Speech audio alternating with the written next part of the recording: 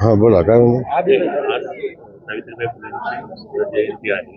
सातारा जिल्ह्यातल्या ग्रामपंचायत आपल्याकडे आहे. आपण अभिवादन केलेलं आहे. नेमक्या भावना आपल्या काय येतात अभिवादन केलं?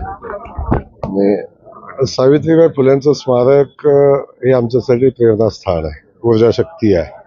आणि या ठिकाणी येऊन ऊर्जा घेऊन तव्या दमानं काम करायची प्रेरणा इथून मिळते. आणि आपण सगळ्यांना बघितलं असेल की ही समाजव्यवस्था घडवण्यामध्ये, समाजव्यवस्था बदलवण्यामध्ये, आणि आज जो क्रांतिकारी बदल आज भारतामध्ये दिसतो आपण सगळेजण बघताय की आज स्त्री शिक्षणाचा विषय असेल, महिला आज पुरुषांच्या बरोबरीने समाजामध्ये काम करतायत. आणि प्रत्येक क्षेत्रामध्ये महिला नवनवीन क्षेत्रामध्ये पुढे जाऊन यश प्राप्त करतायत. या सगळ्या गोष्टीचा पाया ज्यांनी रचला त्या सावित्रीबाईंची आज जयंती आहे. आणि या जयंतीच्या दिवशी या ठिकाणी आम्ही सगळेच जण इथे येतो. खास करून महाराष्ट्राचे मुख्यमंत्री, मंत्रिमंडळ आणि सहकारी आणि सावित्रीबाईंच्यावर प्रेम करणारे सगळाच समाज या ठिकाणी येतो. इथून एक प्रेरणा घेऊन जातो आणि ती प्रेरणा घेऊन वर्षभर पुरेल एवढी शक्ती इथून मिळते आणि त्यातून काम करत असतात. काँग्रेसचे जे नेते विजय वडेट्टीवारांनी टीका केली की सरकार ओबीसीवरती अन्याय करणारं सरकार आहे. छगन भुजबळांसमोर त्यांनी दोनच पर्याय ठेवले, एक म्हणजे भाजपमध्ये जाणं किंवा मग नसेल तर स्वतःचा एखादा पक्ष करा. कोणी? विजय वडेट्टीवार. आपण सावित्रीबाईंच्या जयंतीच्या निमित्ताने इथं आलेलो आहे. वडेट्टीवार काय म्हणतात तो आजच्या पवित्र दिनी त्यांचं नाव घेऊन इथं चर्चा होणं अपेक्षित नाही. देवेंद्र फडणवीस यांच्या कामाचं कौतुक आहे. सामनासारख्या दैनिक झालेली गडचिरोलीमध्ये जे काम केले त्या कामाचं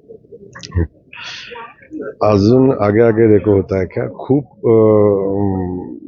चांगलं काम, खूप आदर्शवत काम 2014 ते 19 साली देवेंद्रजींनी केलेलं होतं. त्यानंतरही आपण बघितलं असेल आत्ताच्या 2.5 वर्षामध्ये पण खूप चांगलं काम केलं होतं एकनाथ शिंदे साहेबांच्या सरकारमध्ये सुद्धा. आणि आता आपण बघाल की आता महाराष्ट्र थांबणार नाही. आता खूप वेगानं महाराष्ट्र पुढे जाईल. आणि आदरणीय देवेंद्रजींच्या नेतृत्वाखाली समाजातल्या सगळ्या घटकांना, सगळ्या क्षेत्रामध्ये आज विकासाच्या दिशेने महाराष्ट्र मार्गक्रमण करेल. हे आपण सगळेजण बघाल. गडचिरोली हे त्याचं एक छोटंसं उदाहरण आहे की आपण बघता की गडचिरोली आज विकासाच्या दिशेनं पुढे चाललंय. तिथला नक्षलवाद आज समोर उच्चाटनाच्या दिशेनं आज आपण बघतोय ते चाललेलं आहे. आणि हेच खऱ्या अर्थानं महाराष्ट्राच्या प्रगतीचं लक्षण आहे. याला प्रश्न असा आहे की महाराष्ट्राच्या मुख्यमंत्र्यांनी फडणवीसांनी एक मोठा निर्णय घेतलेला आहे की मला कुठलीही मानवंदना द्यायची नाही, पोलिसांनी पुष्पगुच्छ द्यायचे नाही, कुठल्याही अधिकाऱ्यांनी मला येताना किंवा आमच्या मंत्र्यांना येताना पुष्पगुच्छ द्यायचे नाही.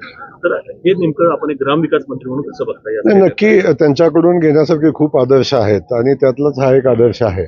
आणि आज मोदीजींनी आपल्या सगळ्यांच्या समोर आदर्श घालून दिलेत. आज देवेंद्रजी आपल्या सगळ्यांच्या समोर आदर्श घालून देत आहेत. मला वाटतं यातनं आमच्यासारख्या नवीन पिढीतल्या लोकांना खूप शिकण्यासारखं आहे. आम्ही सगळेजण शिकू त्यातून.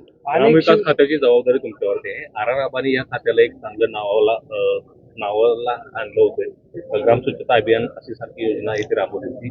लोकवाकी योजना राबवण्याचा काय तुमचा मानस आहे काय? नाही, नक्की आता खातं मिळून मला एक 8-10 दिवस झालेले आहेत आणि त्या दृष्टीने आम्ही प्लॅन करतो आहे. बाकी खूप काही गोष्टीचं नियोजन करायला अख्ख्या महाराष्ट्राचा विचार करायला लागेल. महाराष्ट्रातले सगळे इनपुट घ्यायला लागतील आणि एक नव्यानं काही योजना आणता येते का, आदरणीय मुख्यमंत्री महोदयांच्या किंवा पक्षाच्या, माझ्या श्रेष्ठींच्या माझ्याकडून खूप मोठ्या अपेक्षा आहेत, जनतेच्या खूप मोठ्या अपेक्षा आहेत.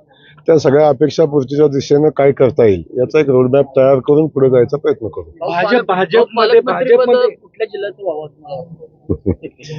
मी भारतीय जनता पक्षाचा कार्यकर्ता आहे. पक्ष ज्या ठिकाणी काम करायला सांगेल त्या ठिकाणी जाऊन काम करण्यामध्ये आनंद असेल.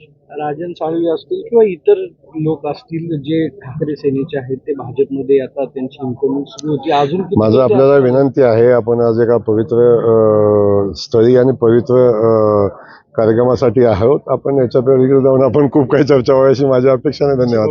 थँक्यू.